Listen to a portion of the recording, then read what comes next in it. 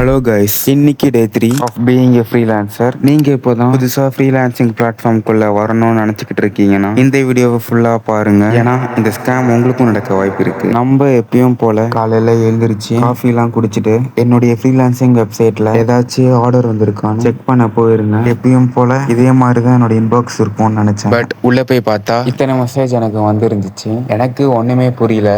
அந்த மெசேஜ் உள்ள போய் பார்த்தா அவங்க என்கிட்ட ஆர்டர் பிளேஸ் பண்ணியிருக்கதா போட்டிருக்கு. அதை நான் கன்ஃபார்ம் பண்ணணும்னா இந்த லிங்க் குள்ள போகணும்னு போட்டு இருந்துச்சு. நானும் சரி என்னோட ஃபர்ஸ்ட் ஆர்டர் வர ஆர்வத்தில் உள்ள போனேன். உள்ள போன உடனே இந்த மாதிரி கேப்சா தான் கேடுச்சு. இது எல்லாம் முடிச்சதுக்கு அப்புறம் எனக்கு பேமெண்ட் $19 வர வேண்டியது இருக்கு. அதை நான் ரிசர்வ் பண்ணணும்னா என்னோட கார்டு டீடைல்ஸ் ஃபில் பண்ணணும்னு வந்திருக்கு. நானும் ஃபில் பண்ணிட்டேன். பட் ஃபில் பண்ணதுக்கு அப்புறம் சைடில் பார்த்தா என்னுடைய அக்கௌண்ட்ல மினிமம் 20,000 இருந்தா இந்த பேமெண்ட் அக்செப்ட் பண்ண முடியும்னு வந்திருக்கு. எனக்கு இது காமிக்கிறதெல்லாம் பார்த்தா சந்தேகமா இருந்துச்சு. ஸோ இதை நான் அப்படியே ஸ்கிரீன்ஷாட் எடுத்து ChatGPT கிட்ட கேட்டேன். ChatGPT பார்த்தீங்கன்னா இந்த மாதிரி ஃப்ரீலான்சிங் வெப்சைட்ல ஆர்டர் அக்செப்ட் பண்றதுக்கு எந்த ஒரு மினிமம் பேலன்ஸும் வச்சிருக்க வேணான்னு வருது. எனக்கு ஒண்ணுமே புரியல. அதுக்கப்புறம் இன்னும் கீழே போய் பார்த்தா இது ஒரு ஸ்கேம்னு வருது. நான் கூட ஒரு வழியா ஒரு ஆர்டர் வந்துருச்சுன்னு நினைச்சு சந்தோஷப்பட்டேன். பட் ஜஸ்ட் மிஸ்ல 20,000 ஸ்கேம் ஆகுறதுல இருந்து தப்பிச்சிட்டேன். ஸோ இதை பார்த்துட்டு இருக்கவங்க யாராச்சும் என்ன மாதிரியே நீங்களும் ஃப்ரீலான்சிங்ல பிகினர்னா இந்த மாதிரி வர மெசேஜை அவாய்ட் பண்ணிடுங்க. ஓகே, அடுத்த வீடியோல பார்க்கலாம். Bye guys.